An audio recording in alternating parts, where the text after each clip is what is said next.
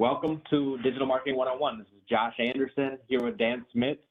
I'll introduce him shortly, but just wanted to, again, thanks everybody for attending here today and get going on this webinar that we're providing to our members. Go ahead and, if you could move to the next slide, Dan. Again, Josh Anderson, Ideal Credit Union. My goal here is to support our business members through all junctures of their business, whether they're just starting their business, need help getting the bank account set up, signing up for merchant services, needing financing, whether I can help or finding a resource like Dan or other people in the community that can help with our businesses. It's just a matter of being available, and that's what I do for our business members. As big of a business as 100 employees, and like I said, starting with businesses that are just starting up.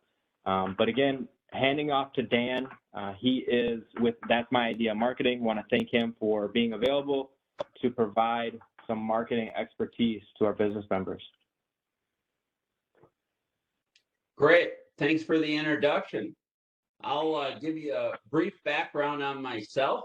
So I'm the owner of That's My Idea Marketing. I'm also the founder and CEO of Growth Point Partnership, which is a fractional chief operating officer business platform. So we've integrated the two businesses together, That's My Idea Marketing and Growth Point, and we provide COO services as well as marketing services to our clients. So today I'm going to be focusing on the actual side of the marketing and what is the 101 marketing really mean? What are the different avenues and services that are provided by a marketing company as a partner with you to use those platforms effectively because they have experience with that technology to move into a phase where they're helping you digitally with your organization to have a positive presence online. And we do that by establishing core concepts of marketing.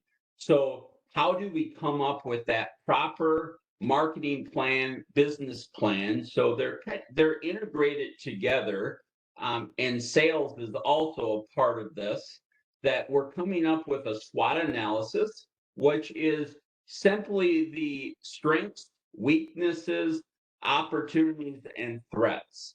So we're really getting into an answer of the owners and what the market is doing in order to move forward with a marketing concept that is effective for your business. So we're analyzing the customers, of what types of customers we have. How are we going to best reach those types of customers, right? Because from one industry to the next, it is drastically different as to the vehicles that you use. From product and branding, you have to actually view it from a standpoint that what are you trying to communicate to the customer through that product or that service, and then getting into the pricing model to be able to have it that it's a fair, equitable price for your service, but you're not having to discount your services because your brand is very clear towards providing that service to the nth degree and really having a strategy of how you communicate with your customers to get them to not overpay, but to support that particular organization through their service model because they're providing a above average service. And we want to come across as a clean brand that then institutes them paying a reasonable amount for that service. We're also going to get into the distribution channels and how we're going to distribute that product, or how we're going to communicate as a service company. So in our case, we have an account manager assigned to your overall project. We have tools to be able to, get that information out there to the in social media, in the website, all those different avenues. We have ways to get that information out there effectively. We're also helping you to promote and communicate different things going on in your organization. How are we doing that through these different vehicles we're going to talk about? And then measuring marketing performance. No one wants to just spend money, right, on their marketing. They want to be able to see that that investment is actually paying off and it's having residuals to the organization. So we have to track that information. Now, typically, an organization is spending anywhere from 5% to 8% of their overall revenue as a part of growing their business and a part of this particular marketing plan. So now we're going to cover the main topics relating to a marketing strategy in this digital age. Basing it, this conversation is more from a standpoint of a service company like our company, That's My Idea Marketing, of the importance of a website design, the social media marketing, blogs, which are articles, white papers, information, educational information about your business that's posted on the website that helps with the search engine optimization and people finding you through organic searches of different keywords, that your articles come up and then that links to your specific website as a function of you writing content, right? So then we have search engine optimization as well, which gets a little deeper into the back end coding. So let's dive into these different components that I just mentioned. The first one is a website. It's the first impression that matters. When you go to a website and they see that you've updated things, it's a current look, there's very friendly graphics, it's coming through on the mobile phone properly or on a desktop properly, you're really representing yourself as a professional organization. They're going to stay on your website. You're going to captivate them and engage them from the start. If it's well designed, it's not too busy, not too many pictures, of how things lay out on your site, from the different tiles and different information of how you have that design, is very important. It's also, again, the mobile friendliness. As more people access the internet through their smartphones, they say over 80% of the people visiting websites in the next couple of years are going to be all from the mobile phone. And then by investing in a professional website design, you create a positive user experience. You enhance, brand perception, and you get them to want to come back or contact you. That there is some type of form or interactive process that allows them to simply communicate with you, and also you're capturing their contact information, because most people need to be nudged along the way to ensure that they see your organization as the one that should be picked as that particular service or product. So then we're diving into the social media portion of it, and social media in the last couple of years has become a huge topic through Facebook, Instagram, and the most important one, if you're business to business, is LinkedIn. So really having a professional presence, just like your website, and having it that the brand is actually consistent from your website to your social media, to your LinkedIn, to make sure that people, when they see you, and they might not see your face, but they see your brand, your logo, information of how that article is always laid out consistently, that then brings awareness that, oh, there's that company again. And they're providing a lot of information, and they're an educational based company that then wants this user or this person online to engage even more. So they're going to go back to your website, they're going to go see your blogs, they're going to look at your social media posts. So it's building a community around your brand. And social media marketing helps build brand loyalty, drive website traffic, and increase conversions when it comes to customers. So the cleaner and the better you can be about having your strategy up front as to these different vehicles, the more you're going to get a clean brand that people just keep coming back for more. So now the search engine optimization, SEO, you might know it by today's landscape. It's all about the organic side of it. Now you can purchase Google ads and Facebook ads and all those different things.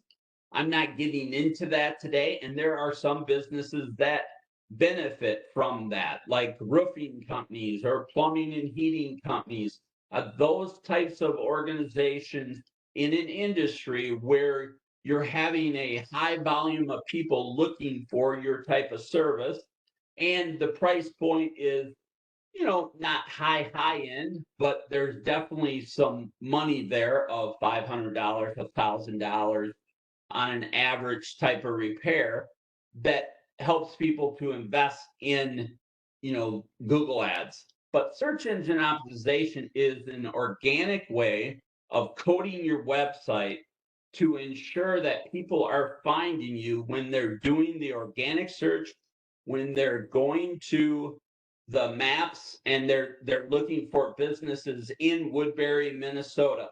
Are you popping up on that particular search to be able to have it that you're in the top 3?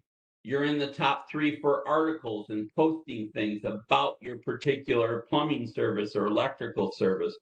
So all of those keyword search phrases help to be able to drive traffic to your website and be able to have it that they are going to click on your organization, call your organization, go online, and have a user-friendly way of getting to your services and having someone actually communicate from your organization. Now, there's also an analysis that takes place on a website to be able to ensure that there's no broken links and there's no things that are prohibiting the site and Google crawling that site, because Google likes you to keep putting content on the particular website, on Google My Business, being able to keep that current and making sure there's no broken links. And there's also a lot of technical ways of making sure your website is performing and loading properly and all those things. So when it comes to search engine optimization, that is an actual service we provide, that you have these different services. So we do websites, we do the social media and the blogs, and then the SEO is the back end side of it, of really getting into the coding. And there is a longer time frame that it takes for search engine optimization to really have it be intellectual property towards your website. So, I mean, if you're going to do it just for a couple of months, SEO is not the way to go. If you're looking for a quick splash, then Google ads, Facebook ads is the way to go. But if you're building a long-term visibility on the web and want to invest money to build that website and make sure that there's content on each page and everything properly aligned on the website and Google My Business, an SEO program is the future for those organizations that need to be able to capture a good number of customers long term that they're not spending money with Google Ads. Now, you may have a combination of all these different things going on if you're really driven towards that you're in a competitive industry. The more competitive industry you're in, like in my case, a marketing company, right? Or business consulting, there's a lot of us out there. So how do you differentiate yourself? And you do that by showing up multiple places. So the more you're able to be seen and the cleaner information you have, it will drive your search engine optimization. So in conclusion, this strategy that you put together, in order for it to be effective, you need someone helping you to guide and coach you and quarterback you along the way to make sure that that 5 to 8% that you're spending on your marketing ends up being effective, and it ends up being that you're actually driving people to your website, and you're able to give people this information that when they come and see you and see your information, it's very clear on what you do. So, and then combining all these strategies and adapting them to the business goals and target audience can help to create that comprehensive digital strategy that drives success and growth. So all of this takes time. So the quicker that you're able to get out of the gates doing effective things that work for your industry and the way you run your business, the more cost effective it's going to be, and the more customers you are going to get. Now, there's nothing better than a great salesperson, but why not have your website be a salesperson for you as well? Because the myth out there is of a lot of smaller businesses, hey, we don't have to do marketing because people just know us. Well, I would argue with them that you need to do both things alongside to make sure that when there are downturns, you're constantly, or you're not able to go to marketing events and do those things, that you're able to have exposure to those customers out there. So you're right, your best sales vehicle is you as the business owner or your team, but having alongside a marketing strategy to make sure that you're in front of more people is very, very effective. So at this time, do you have any questions, Josh and other people?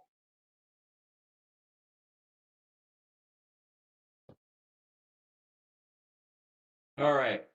No questions for me, but I know that we have a couple attendees. Figured I'd give them a chance to ask while you're here. But as always, both Dan and myself, we're available. Dan gave you a cell phone. I do the same for my members. You'll have access to both of us, at your disposal. There will be a quick, very short survey concluding this webinar. I want to thank everybody for your time, being available, especially thanks to Dan for providing the knowledge and the expertise that he has. Again, don't hesitate to reach out to both of us and look for future webinars for the remainder of the year.